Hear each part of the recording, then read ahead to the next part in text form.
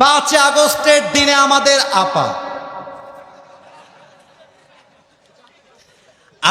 আপার হাতে র‍্যাব ছিল, আর্মি ছিল, বিডিআর ছিল, পুলিশ ছিল, তথা কথিত গুন্ডালিক বাহিনীও তার হাতে ছিল।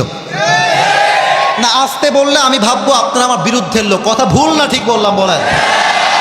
আপা ভেবেছে তোরা আমাকে লড়াইতে পারবি না, ক্ষমতা still it is in my hand, আমার হাতে সব ক্ষমতা। আল্লাহ বলছে বাবু, আল্লাহ বলছে হাসিনা আপা, তুমি যতই ট্রাই করো, হাজার হাজার ছাত্রের বুক থেকে রক্ত ঝরেছে তোমার স্বৈরাচারী বাহিনীর জন্য। আমি আল্লাহ তোমার পতনকে কপালে সুনিশ্চিত করে দিয়েছি। আর্মি দিয়ে, বিডিআর দিয়ে, র‍্যাব দিয়ে ক্ষমতার চেয়ার আর দখল করা যাবে না। অতএব আগামী ফেব্রুয়ারি মাসে নির্বাচন হবে।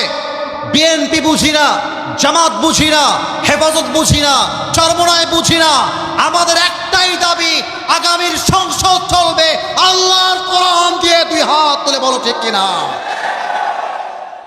আল্লাহ যেন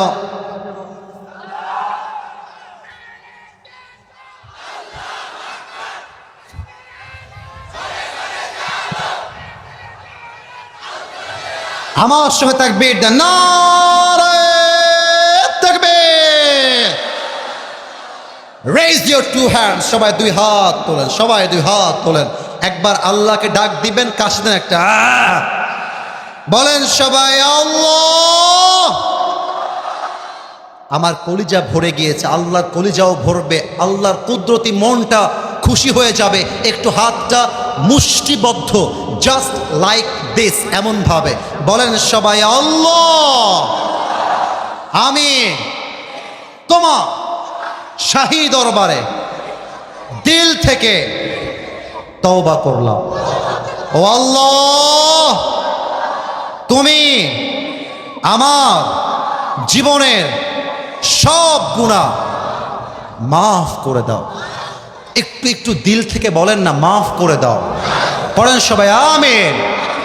লাস্ট ওয়াদা বলেন আল্লাহ, আজকে গোদাগাড়ির মহিশাল বাড়িতে আপনাকে ওয়াদা দিলাম, হায় আল্লাহ, আজ থেকে 1 ওয়াক্ত নামাজ,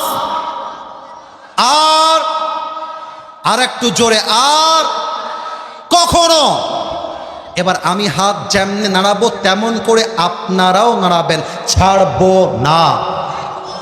মাশাআল্লাহ, সুন্দর লাগছে আমার দেখতে। আর একবার আল্লাহকে দেখিয়ে, ছাড়বো না।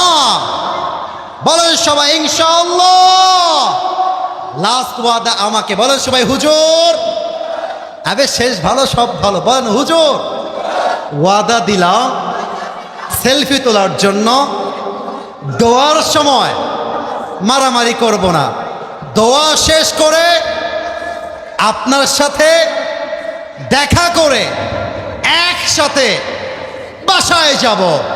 বলেন সবাই ইনশাআল্লাহ।